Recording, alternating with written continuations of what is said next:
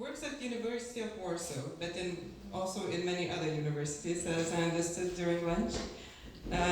He's a writer, political analyst. He's editor-in-chief of weekly Kultura Liberalna. And today he will give a talk called Between Moral Responsibility and Trauma, How to Speak of History and War in Today's Europe. So, microphone is yours. Thank you. Thank you for having me here. It's an honor to be here and participate in this wonderful conference. So, indeed, the subject of my presentation is going to be on the post-traumatic sovereignty of the region. This is something that should be explained from the very beginning. So, let me start with the basic fact that we got used to the war in Ukraine. We, on a daily basis, we are preoccupied with the pan-European problem of the high inflation, as well as the more local problems like the collapse of the health service in Poland and the other places, perhaps. However, the threat to the state remains, so to say, in the back of our minds. And a public opinion survey conducted very recently, in June 2023, shows that 73% of Poles believe that the war in Ukraine still threatens the security of their country. So it's far behind any political dividing line. 73%, it's far behind any relevant political party dividing lines. Another thing is that the war has changed us in many ways. It has changed our view of the geopolitical world, but also our view of ourselves in the world. And at the beginning, I would like to remind you the reactions we had at the start of the war, and then we could come back to the current political situation. But I'm going back to the beginning of the war because the outbreak of the full-scale war, the full-scale invasion, brought to the light the post-traumatic sovereignty of the region. Not only Poland. Poland is just one case study, but in fact, I'd rather talk about the whole region and direct neighbors of Russia that are experiencing a kind of the same feeling.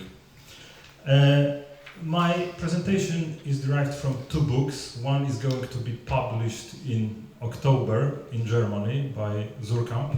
It's the Posttraumatische Souveränität, so very soon it's going to be published. And another book is going to be published by the Manchester University Press in November, The New Politics of Poland, just to explain the background of my presentation. So, the first point, the framing of the war. Today we tend to forget that the framing of the war in Eastern Europe and in Western Europe was super different. I mean, we understood the war differently, and if you would like to sum it up in one sentence, at the expense of some oversimplification, I would say that we tended to see the war not as a singular event, but as a process. Not as a singular event, but as a process. What I mean by that? At the beginning of the war, in Western Europe, there were reactions of politicians that tended to treat it as a one-time event. We could stop it. We could take President Zelensky from Kiev, and then something happens, but then the conflict would not spill over. There were a lot of forgotten speeches delivered by President Macron or Chancellor Olaf Scholz. We tend to forget them, but they were there. They treated the war as a one-time event, and for a reason. Their main concern from Western countries, not least the United States, was that, of course, the conflict is a disaster for the people of Ukraine, no doubt about it, but this is the conflict that with the biggest danger that is behind it, namely it might spill over the Ukrainian border, setting off a global conflict. Honestly speaking, in the region it was perspective that was not really shared. The imminent sense of danger was different, and I'm going back to this, to the framing of the war from the initial phase. We tended to see it not as a one-time event. It was a process. It was a process that could have been regarded as a next step in a whole series of Russia's assaults on other countries, at least dating back to the ruthless attacks on Chechnya in the war with Georgia. So this is a huge difference to see it in that way as a chain of events, not as any one-time event. But honestly speaking, in the region we tended to see it as a process that could date back far back in time. And among Poles and Lithuanians, we could even go back to the 18th century. We know the story.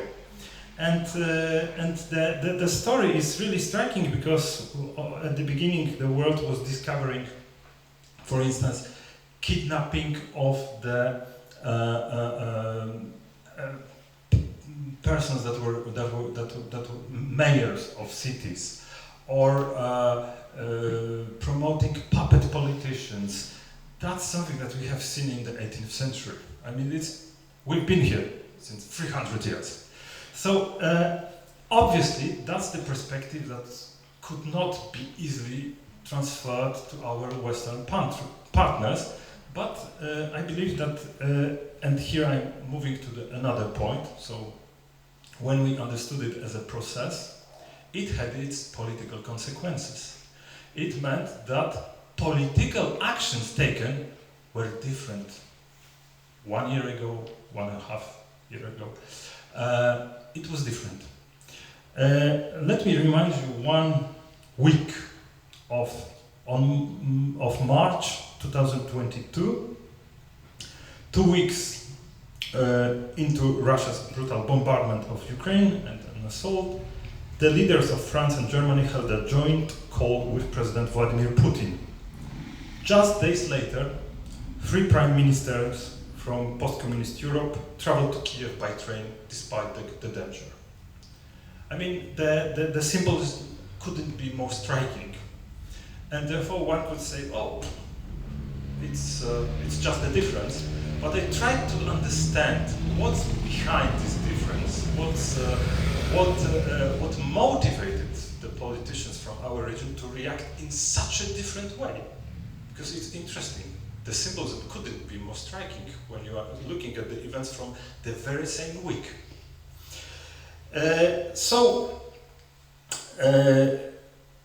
Again, this is the question of understanding the war from the beginning.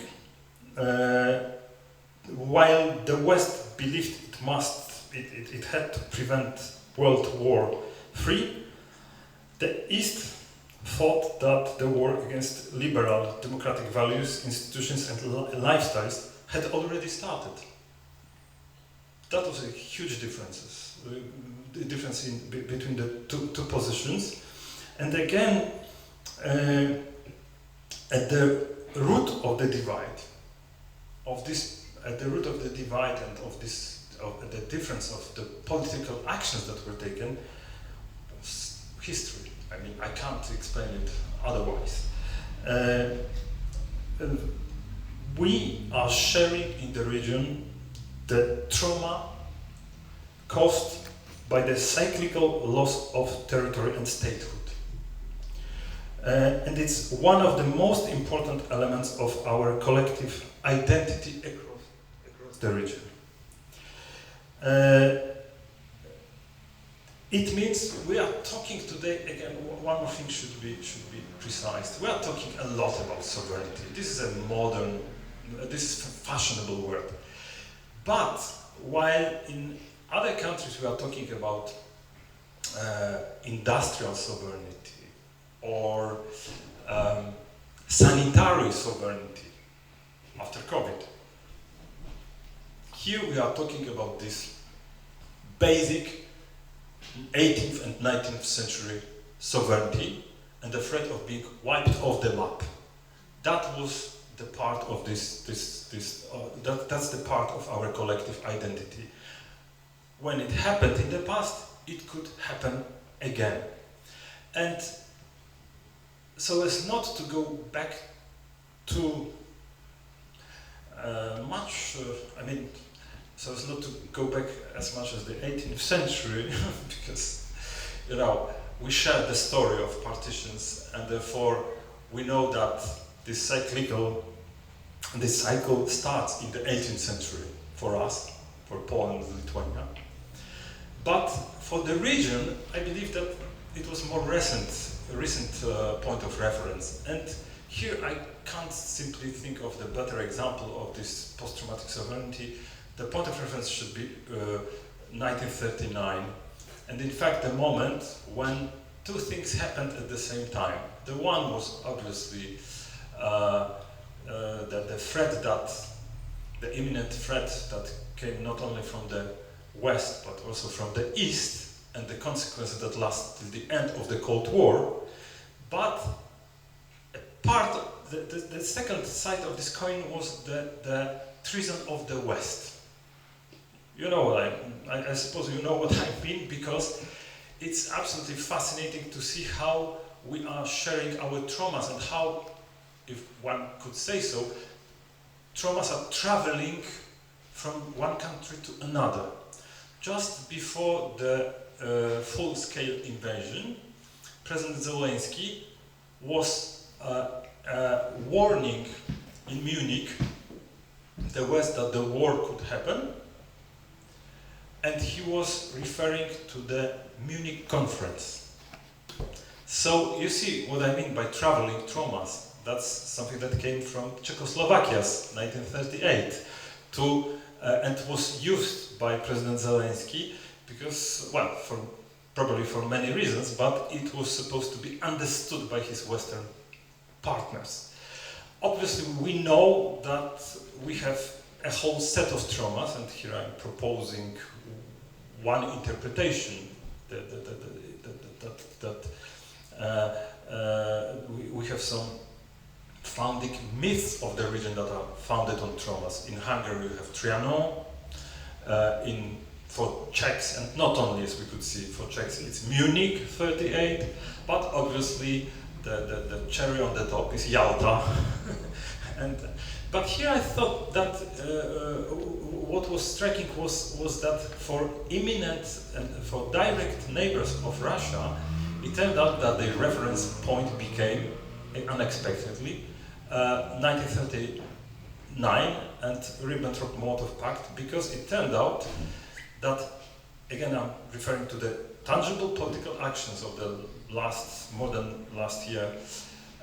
It turned out that there are some unexpected political alliances from Finland via Baltic countries, Poland, Ukraine, Romania, and Moldavia.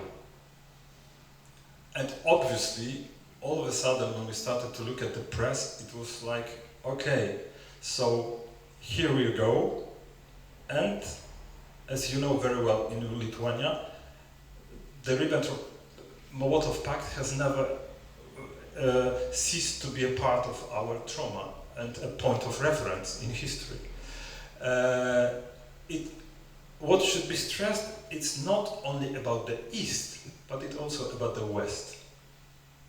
And here, why is it important? Is that at that moment in time, when the war started, there was a kind of serious mistrust towards the Western Europe, and it was expressed, by the way, not only by Poles, but also by politicians from the Baltic countries. And in March 2022, your Lithuania's Prime Minister, Simonite, said Russia's invasion was predictable.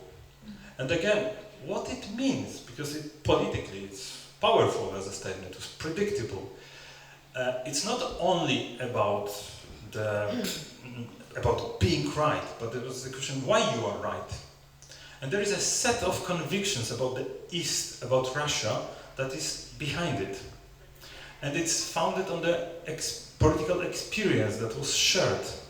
And of course, when Poles, and here I'm referring to the previous panel, where Poles, Lithuanians, and other nations started to help Ukrainians, refugees from Ukraine, the phrase that was on the lips, everyone's lips, was, "We could be next." We could be next. So again, what is it if not a trauma? And here I'm oversimplifying a bit, but of course there is a more research-founded vocabulary from prominent scholars like Didier Fassin and many others who worked theoretically on the trauma. Here I'm just putting it aside, maybe later for the discussion. So Russia's invasion was predictable, and of course we also remembered that when saying something like this before 2022, it was very easily to be treated as a Russophobic. So again, it was overlooked that this sentence was also founded, but from the other side of Europe, founded on experience, but a different one from ours. The breakthrough happened with the war, and as we know, the European Commission's President, Ursula von der Leyen, apologized for not taking the warnings seriously. She was perhaps most emphatic in that vein of self-criticism. In her 2002 State of the Union address, she said, "One lesson from this war is we should have listened to those who know Putin, to Anna Politkovskaya and all the Russian journalists who exposed the crimes and paid the ultimate price, to our friends in Ukraine, Moldova, Georgia, and to the opposition in Belarus. We should have listened to the voices inside our union, in Poland, in the Baltics, and all across East Central Europe. They have been telling us for years that Putin would not stop." What this mea culpa will mean in practice remains an open question, as we know, but we could have had a sense of bitter satisfaction. We were right, but a lot of, again, it wouldn't be surprising that to say that a lot of intellectuals and politicians said the war could have been prevented. So it's another step. Yeah, it was not, the war was predictable, but the war could have been prevented. It means that the moral guilt is on someone.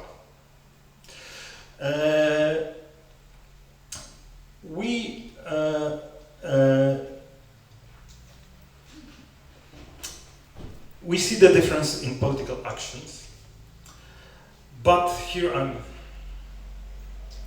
cutting the long story short, because a lot could be said about the post-traumatic sovereignty of the region. Just to remind you, it means that since 300 years, at least in Poland and Lithuania, we know that the cyclical loss of statehood could happen. And when we are hearing the narratives produced by President Vladimir Putin, we see that it's like the reverse part of the same story. He is on many occasions, and just before the war he wrote his unfamous essay on foreign policy, that he put his cards on the table virtually. He's saying that, look at this is my sphere of influence, because it used to be. So again, it's about history. Why is it of importance? Because one could say, okay, we had we had Ursula von der Leyen speech, we had President Macron in Globsec in Bratislava, where he said that, okay, not only Eastern Europeans were right, but we should enlarge Europe, and it was a breakthrough in his political narrative. But in Eastern Europe, these changes are treated with a kind of mistrust or cautiousness, at least. That's one thing. But the real moment of when these narratives could clash again would be the moment when we are going to start to talk about the outcome of the war. Because again, it is treated differently. Any kind of truce is not really welcomed, not only in Kiev, but also, I believe, in the countries of the region. It's going to be treated as a temporary move done by Russia before preparing another assault. I'm oversimplifying, but I believe this is the really shared convictions in the region. Therefore, that's why, in spite of our tiredness of the war, which is perhaps, as you've said during our conversation, a human being thing, that we are simply tired of hearing about the war, still we are trying to support Ukrainians in spite of everything. And you could give the date, I could give because we would like to be on this side of the story, and this is the moment, we are still living the moment. It's like on the old scale, it's the moment of balance. We don't know where it's going to fall, but we would like to be at this side of the story when Russia loses. And again, here and then we could hear some politicians, recently a very prominent member of the staff of NATO, a Norwegian one, said that Ukraine should give its territory for being a member of NATO, for instance.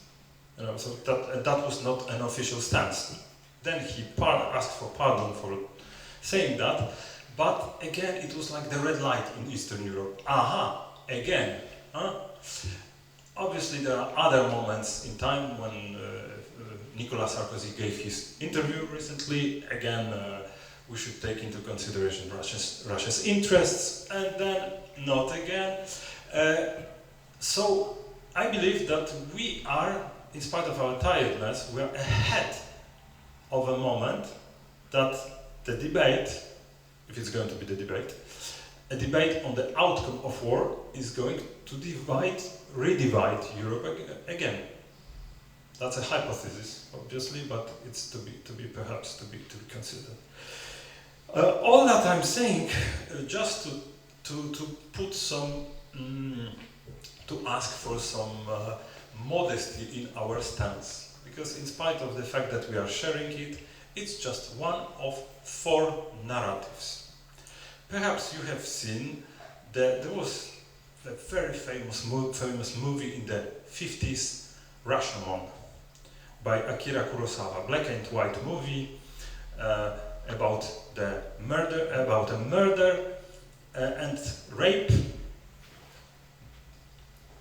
Different persons, 4 persons are talking about the crime, and the viewer discovers that these narratives are so different that we don't even know if the crime happened afterwards. I tend to think that we are living a Rashomon's moment in foreign policy about the war. We have at least 4 competing narratives. And ours is just one of them. Not one of two, one of four. So let me tell you that we are sharing, again oversimplification, we are sharing the Central European narrative about the war, but there is also Western European narrative about the war that takes into consideration, the view is more, so to say, more complex, because not only the existence of the state is taken into consideration, but economic interests, but the global vision of the world, but the possibility of setting off the nuclear war, and so on and so forth. So this, I tend to think that this is the second narrative with its nuances. It's different, and at the moment of the debate about the outcome of the war, it could be seen. I dare to think that, that it's going to be seen as a different narrative. Third narrative is obviously the Russian one. It's not one could say that it's all propaganda, but one point of this narrative should not be neglected. I believe, in spite of our repulsion to this narrative, at least one point is to be taken seriously, namely the moment when Moscow says that they were so threatened that they had to react, that the enlargement of NATO was threatening Russia, not only Russia's interest but Russia's safety, and it was just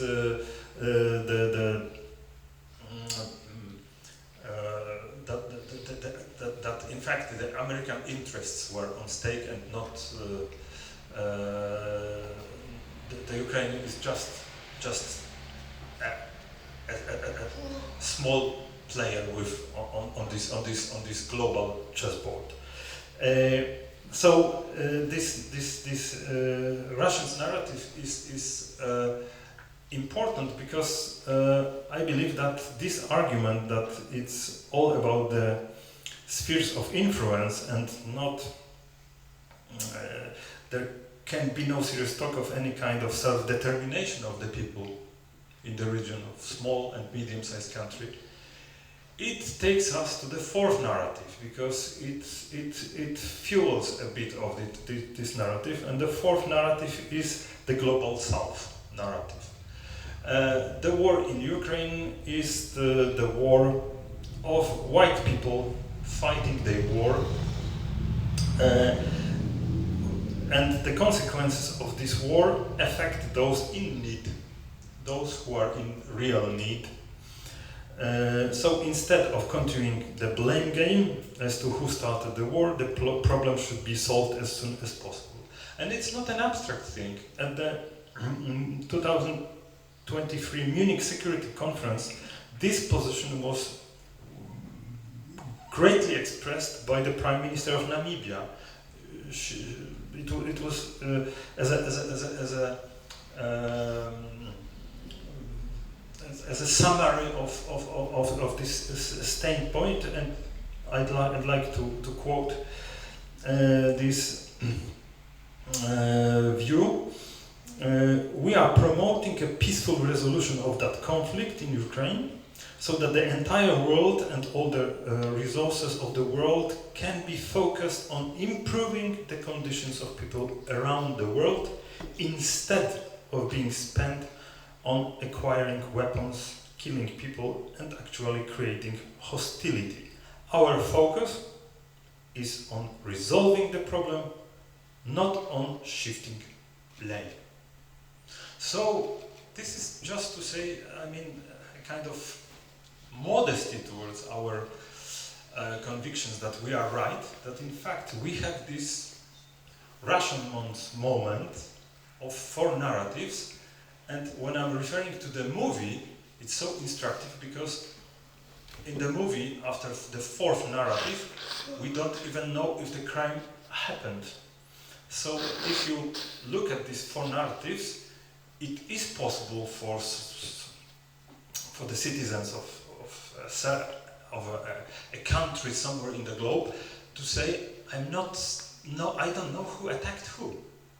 You see my point? That this could be blurred to this extent, and it's really instructive because Hannah Arendt, in her excellent essay "Truth and Politics," observed that the truth of the facts must be respected, if only minimally, if politics is to play out in a shared world and not in a group of parallel worlds. And she gave an example that was supposed to be amusing and convincing. During the 20s, Georges Clemenceau, shortly before his death, found himself engaged in a friendly talk with a representative of the Weimar Republic on the question of guilt for the outbreak of the First World War. What, in your opinion, Clemenceau's act, will future historians think of this troublesome and controversial issue? He replied, "This I don't know, but I know for certain that they will not say Belgium invaded Germany." That was supposed to be the end of the story. Let's go back to the Ukrainian war. When you see the clash of these four narratives, it's easily to see that some citizens of the world are not certain who attacked who, which should we at least take into consideration. In the movie,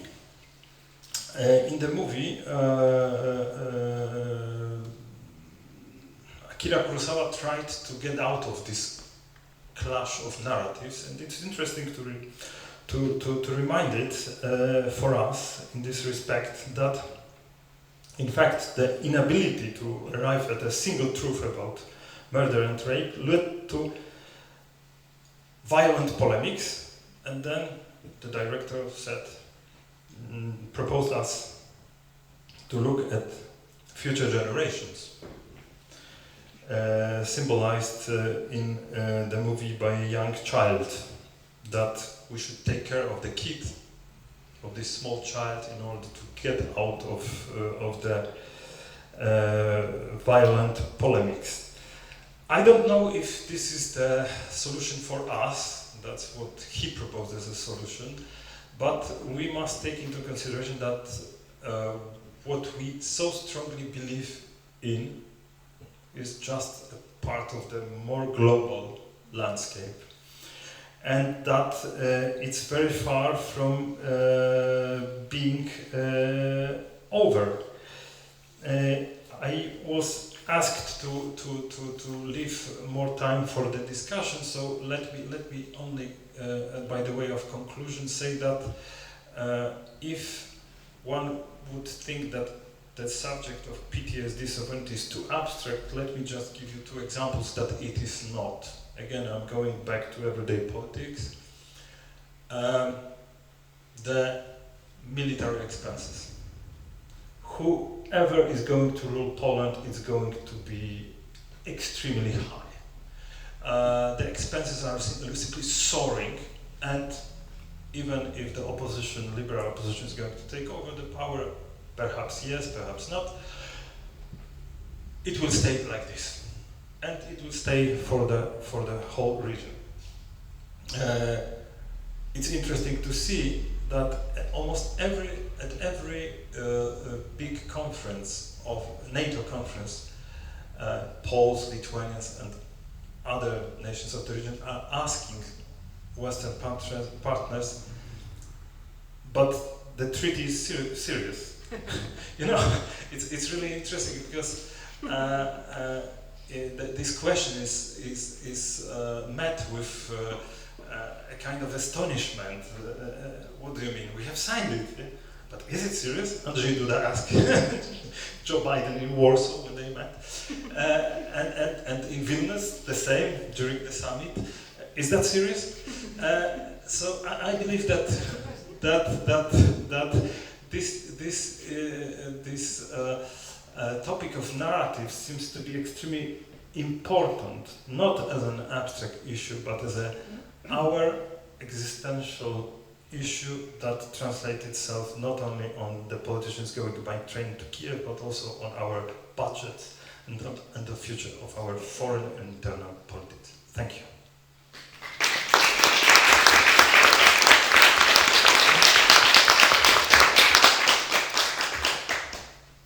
Thank you. We'll proceed with my first question and then we'll give floor to the audience. Thank you for reminding the trauma of Molotov-Ribbentrop Pact. And know it, it's trauma, we know it, we're all on the same page. But I only now started thinking what the trauma implies. So that implies not only that Russia is a bad guy, but also that the West is a bad guy. So what are we actually afraid of now in our situation?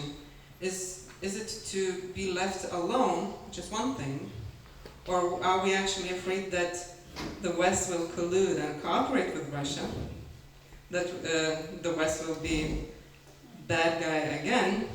And I was thinking, what are the ways to prevent that, or how can you create the shared world or shared narrative with the West? And I was thinking, is it possible that the solution of how the image of the end of the war can be created together, how we imagine the future after the war ends or how the war ends? But then I started thinking that, at least from a Lithuanian perspective, we not only experience that existential threat, but we want existential end. We want Russia to be over, the bad guy to be killed by, best Americans. So I was thinking, can you join me in this thinking? What kind of, what do we expect actually from the West? What are we afraid from the West? And how can we create those shared imagined futures, if that's a solution to have a shared world? Thank you for this set of questions, and maybe I should disclose that when I'm talking, I try to share myself into two parts. One is a citizen of a certain country here who is sharing the emotions of the region, and another part of me tends to, wow, it's curious, let's ruminate on this. And here is my part of, this part of research, curiosity. And when we are talking about the trauma, what it is, and it is partially a reply to your question. Trauma is not the story of something that happened back then, but the current imprint of that pain, horror and fear living inside the individual. An imprint left by that experience on mind, brain and body. End of the quote. And another quotation is that trauma could be treated, after the set of research that was beautifully done on that subject, as a phenomenon that travels from the individual to the political and collective level and back again. So we are talking about the imprint and about the experience from the past. It doesn't mean that I could tell you the future, you know what I mean, but I could tell you what glasses we are taking to see the present. And we tend to think, okay, so it happened in 1795, it happened in 1939, then 1945, it could happen again. Is that rational? Absolutely not. When we are talking about traumas, it's not about being rational, it's about having the trauma. Yeah, exactly. But it shapes our education, it shapes our collective identity, and therefore it shapes the political agenda that politicians cannot ignore. Therefore, it exerts a very practical consequences for budget states and so on. So I think that when you are asking me about this outcome of the war, obviously Poles, Lithuanians, Estonians, even Finns, I think, those who were traumatized in 1939 would say, let's put Russia where Russia was in 1991, at least. At least. And believe me, this is something that is worrying our partners, not only in Paris and Berlin, but in Washington. They are thinking differently. At the moment when we are thinking of the existence of our state, so eventually restored after 300 years, they are thinking about setting off a global nuclear conflict. They are thinking about the world map, where you have China and India and other powers. So it means that they would like to be cautious, at least. That's why we are hearing now and then about taking Russia's interest into consideration, because when I was recently in Ukraine, I heard the whole set of scenarios of dismantling Russia forever. I mean, believe me, when I shared these scenarios with American diplomats, it's like, oh my God, they went really crazy. They don't know what could happen when this nuclear arsenal is going to disperse, and then what next? How could we foresee the future? So, I mean, this is the real clash of narratives. Now it is, we have, as I told you, I tend to think that this is the old scale and the moment of balance. And we are watching to which side the balance is going to move. But these are the crucial moments. And the last point, as you said, and I was saying like this during my presentation, what should we expect from the West? But again, there are the Wests, isn't that? And we know that the danger that here our, so to say, red light of trauma says, okay, so we tend to think in terms of the worst case scenarios. This is, again, because I'm not going to reveal the whole concept of the PTS sovereignty, but one of these tendencies is to think in terms of the worst case scenarios. We could be wiped off the map. Again, the fourth division of Poland happened in 39, so why not fifth, why not sixth, and so on. But we know that there are Wests, and a part of politicians in the West change their minds. Also in Western Europe, we should appreciate it. But at the same time, our trauma tells us, don't trust too much. Be cautious. And then President Zelensky comes, who is a very outspoken person, as we all know, and says, and once he said it openly, what if Donald Trump wins? And we know that this is not a scenario that could be neglected at the moment. And then we are not thinking about the chaos that could be created in the United States, but we are thinking about the consequences for the region. And it could be a disaster. Because then we will find ourselves again in February 2022. We'll find ourselves on the 24th of February 2002. It's going to be like a traveling time, because then we will not know what could happen if the material resources and military resources will be cut by the states. So we are talking what we should expect from the West's because a part of the West is now tend to think in terms of our narrative, and this is one of the most astonishing moments in our lifetime, because it has never, I dare to say, it has never ever been like this. And it's thanks to the victims in Ukraine, it's thanks to Ukrainians that we owe it to Ukraine. Because without their effort, it wouldn't be possible even to think of hearing our viewpoint, Eastern European.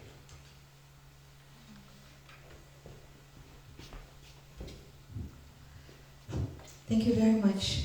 And my question and some consideration will go exactly on the lines that you were proposing.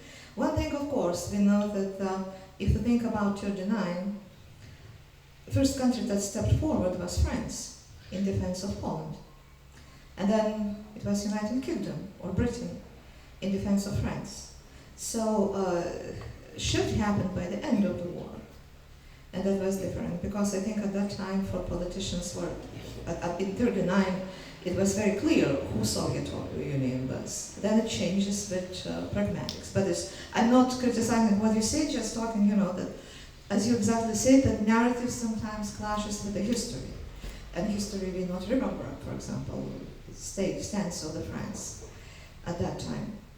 As well as Lithuanians quite often, when talking that we were left alone, forget that annexation and occupation of Baltic states happened with the Second World War already fully blown. That it was not frank, Paris was taken at the same time when the Soviet Union presented ultimatum to Baltic countries. So that's away from history and talking about what you mentioned already. I consider Baltic states, and especially probably in Lithuania, over-dependency on United States in future, even in situation of our region, because here I would like to ask what you think, because already the different mentionings in West and in NATO about possibility that separate countries of NATO could get involved into war. Not NATO as itself, without activating fifth article. And looking at the expense and everything in this case, and that's why maybe also, it shows a relevance of the region and of resources.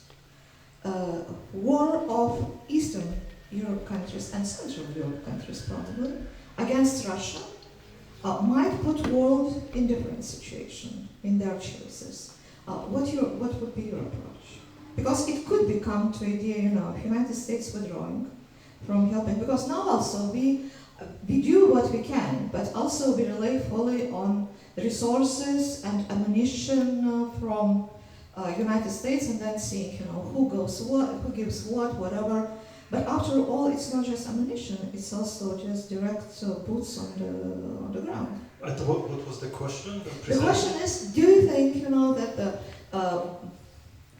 we're talking, United States, NATO, Ukraine, and Russia? What about us, whoever are us, and you kind of mentioned, and Russia?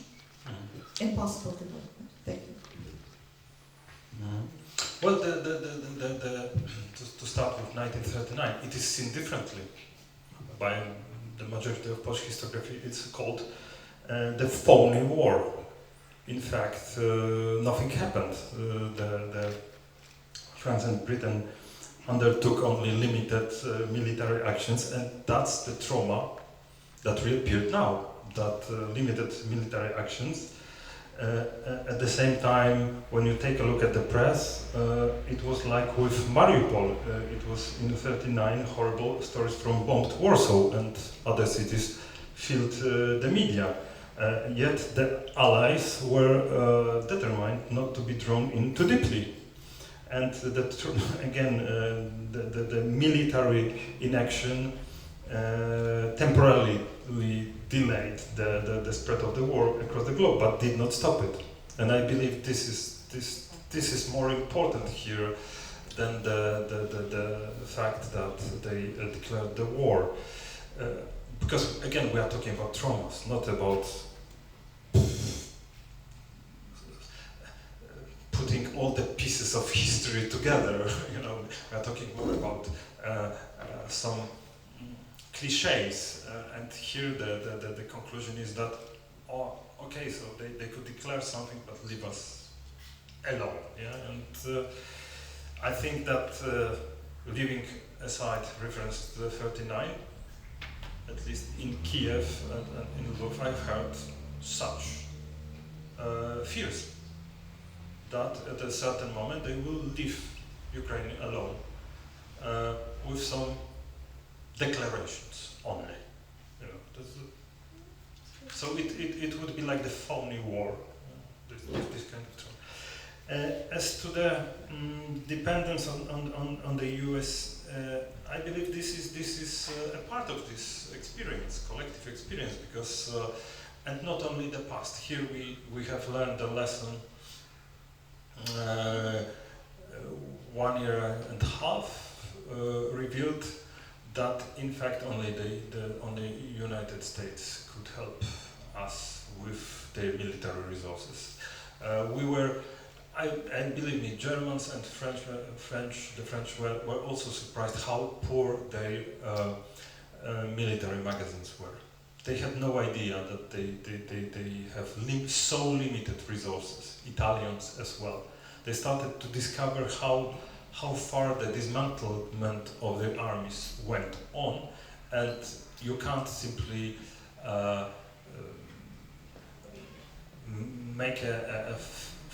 make it faster after 30 years of this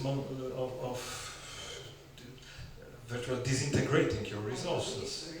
Yeah, and it was.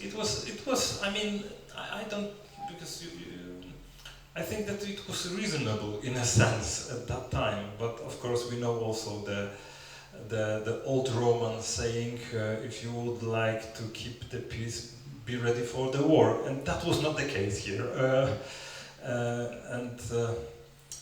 Yeah, I mean, if we could put it, we can't do. I mean, without the states, we know after this time that we could not help Ukraine alone.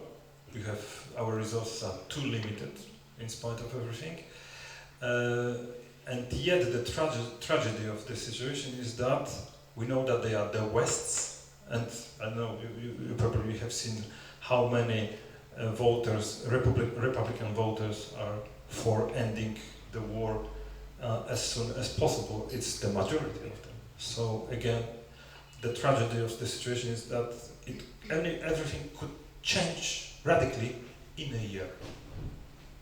And even with alternative candidates, because a couple of candidates in I was just talking about United States. What worries me that it's not just Trump's discourse, but other Republican candidates, however realistic or not realistic they are even more radical than Trump towards Ukraine. Stop it and that's it. I agree, and that's why we should support the idea of the European army. The French initiative is really prompt here, but you know the story. It's very far from being satisfying at the moment of war. It's virtually on paper.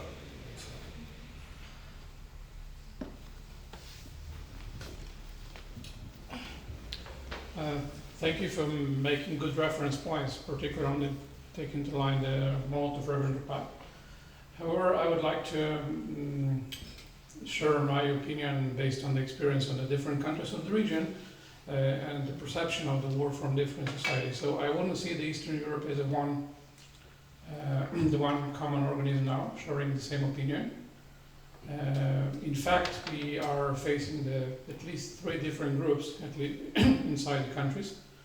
And talking about the trauma might be selective, and the best example, according to my opinion, is what's happened in Hungary. So, from our point of view, Hungarians supposed to share our fears because of the trauma of 1956. And from our point of view, it's kind of clear that they had the trauma with the Soviets, so why they don't share our opinion at the moment. But looking on the case from what kind of narrative was the most dominating on the society provided by Fidesz and Mr. Orban, it's very clear, because for them it's not the threat, it's an opportunity. And they are referring back to the Vienna arbitrage. On the same time, when we are talking about the Molotov-Ribbentrop Pact, they are talking about the Vienna arbitrage, when they regain back the lands on the Felvidek, that's South Slovakia, and in Erdöl in Transylvania. So for them, it's not the message about, let's say, treatment from Russia, it's not so important. And the trauma of the 1956, it's not so important as the possibility to use the war conditions and to regain Transcarpathia, let's say, and to regain, make Hungary great again, frankly speaking, yeah. So this is the point of view of Hungary. If you're talking about Romania, it's partly sharing our fears, but again, if you're talking about the Bukovina, it's clear for them that it was the consequence of the Molotov-Ribbentrop Pact. But on the other hand, Bukovina is now in Ukraine. It's not part of Russia, it's part of Ukraine. And Ukraine, for a very long time, from the Romanian perspective, was just an unclear part of the Slavic world, which they are trying to stay as far as possible. So the major narrative of the major Romanian political culture is to stay far from everything coming from the east. And Ukraine was part of this. It's going to be changed, it's changing step by step during the war, but it's still here. So the point of view from a Romanian perspective is also not so clear. I'm not talking about Bulgaria now, I'm not talking about the ex-Yugoslavia area, I'm not talking about Slovakia case. So as you can see, in fact, we can discuss from this point of view only about the Poland, Baltic states and Finland. Mm-hmm. And I could answer it. Yeah, thank you.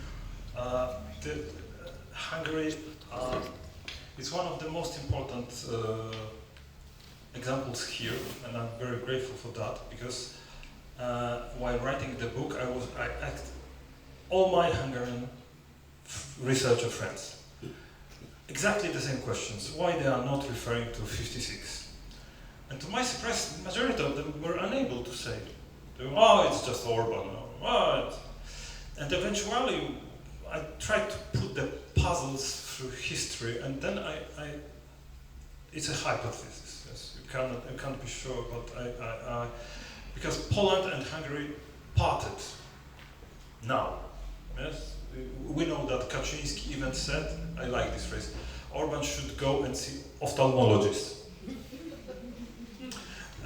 End of the quote. It's super interesting, and here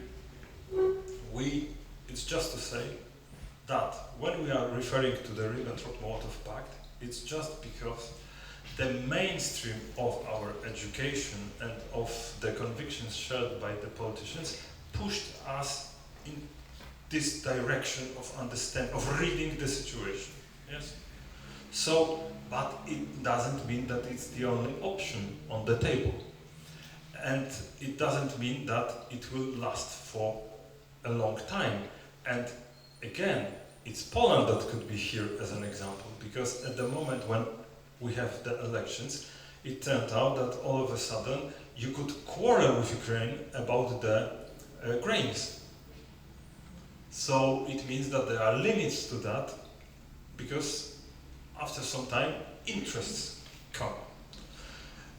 But in Hungarian case there is one more thing that is super interesting, is that Trianon was chosen by Orban, and that's what I was, my Hungarian friends told me that, oh, you know how much pressure he put, I mean, what kind of effort was taken to put it into this Trianon trauma in the last years, unbelievable resources to redirect attention of people. And what I'm adding to their saying, to their observance, is that Trianon is directed against the West. And this is the so important, because with the trauma of 56, if Orban's political narrative would have been more really founded on the experience of 1956, I think that it would be impossible, even more. 1849, Russians entered Hungary. But no, he has chosen Trianon, and for a reason, because that's what shaped the 20th century Hungary. And the identity full of resentment. I'm not judging it, it's just a description. And therefore, we see how this Polish-Hungarian alliance parted because of this. What is the lesson? It means that politicians could choose traumas. Very important lesson from what we are talking about. As to Bukowina, again, I'm very grateful for that, and we are only talking about this snapshot, 2022, and the reactions that we had. But I believe, and that here I agree with you, we are going to part. We are going to part because it's with. It was the imprint of the past, but we are living today, and we see new interests, new geopolitical conditions, and perhaps we are getting over the trauma.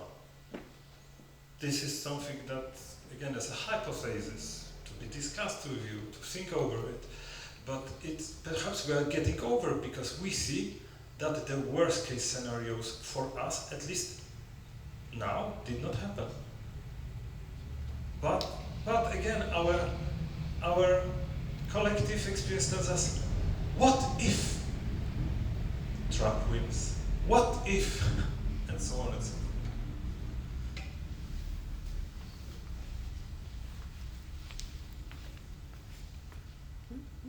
Time to ask questions. All the questions that you have. Go ahead. Or stay silent forever. Or stay silent forever.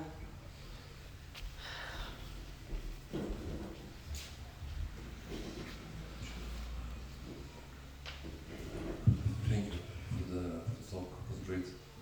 Just to clarify, right? So the notion of narrative that you use, you're not interested in how it represents the objective reality, but you're more interested in the communication between the three narratives, let's say, right? Four. Including the Russian one? Yeah, I mean, it influences the world in its own way. We could be disgusted with this from the private viewpoint, or I mean, from a regional, but it influences a part of the globe, whatever we think of that. So you have a pragmatic point of view here. I mean, I'm only describing what I see in since 2022. I tried because when I started my research, I tried to describe our regional viewpoint, and then again, I'm leaving apart my private side. As a professional analyst, I'm simply seeing that on the political stage we have more than one narrative, and they are competing with ours. And whatever I'm thinking of the Russian narrative privately, as an analyst, I see that it influences part of the global public opinion, and it's better to talk about it than not to see it because my taste is not on this side of the narrative. So in a sense it's a very good position, because here in Lithuania, the way we see the Russian narrative, your point of view, considering that we're here in Lithuania, is very sobering, because we are not acknowledging what's happening there. And sometimes some remarks or comments made in the public sphere can be consciously nazistic, in a sense going that there's something bad with their genes, with their blood. So I think your position is sobering, and it's good that we have such a position, but there is no, from philosophy, right? There is no description without normative. You don't have a pure description. every description has a normative But point. what is your question? To make it more aesthetic, Rashomon was made in Japan. It could not have been in Israel. It has a certain historical context to like this. I mean, let's call it this is postmodern perspectivism. I still see that there is utility saying that our narrative, the victim's narrative, is the best narrative. And what's the utility is that trauma is healed by recognition, right? Recognition of the other, which is for us as the West, and the abuser. And I think sooner or later it has to happen. So I don't know if there's a question here. Not really, but I think I will try. I mean, perhaps I understand you. Okay, I'm as far from the what you call postmodern, because it's not postmodern. It's like a vulgar relativism of what I could see here, because it's not founded on any philosophical. I try to tell you to put the cards on the table. My narrative is Eastern European narrative. Couldn't be more on the victim side. I was recently in Lviv, and we are talking about the war from the media, but now almost in the city center of Lviv, next to Wychakov's cemetery, one of these beautiful places of multi-ethnic history of the region. You have a new cemetery. Not hundreds, but thousands of young and old men killed in this war. And let me tell you that what was striking for me, it's not the old style cemetery. It's the new one. What it means, you have pictures of victims, large as such, and some of them are selfies of those who were killed 2 weeks ago. And I think that if someone is tired with the narrative, he should not, with our narrative, he should not be. But what I'm trying to say is that for the sake of being convincing to the outside world, we should be cautious, we should be conscious of the other narratives that are being present. It's not that I'm inventing the viewpoint. I gave you the quotation from a politician from Namibia. The whole speech is on that. You have the whole narrative of Russia that is influencing the world, whatever we think of that. And again, it demands much more effort than I could provide, because it superposes existing conflicts, because sometimes it's some governments could be interested in picking up Russian narrative for the sake of their own benefit, like in Africa, we could see it. So I can't be closer to the narrative of victims, because I'm from here and I'm sharing this experience. But what I'm trying to say is that there are 3 more competing narratives, and they are influencing the world. And at the moment, and there are some crucial, pivotal moments, like, imagine Putin is proposing peace. Here we go. It will be the moment of truth, how many narratives we have on the table. Then Donald Trump wins. Again, it could be the moment of truth. which narrative is going to supersede. And therefore, what I believe is that we should use our skills of researchers, seeing what we have in the world, and knowing that, that we are, the foundations of our viewpoint is really founded on the experience from the past, but also from the present in Ukraine, is that to do our job best in convincing others.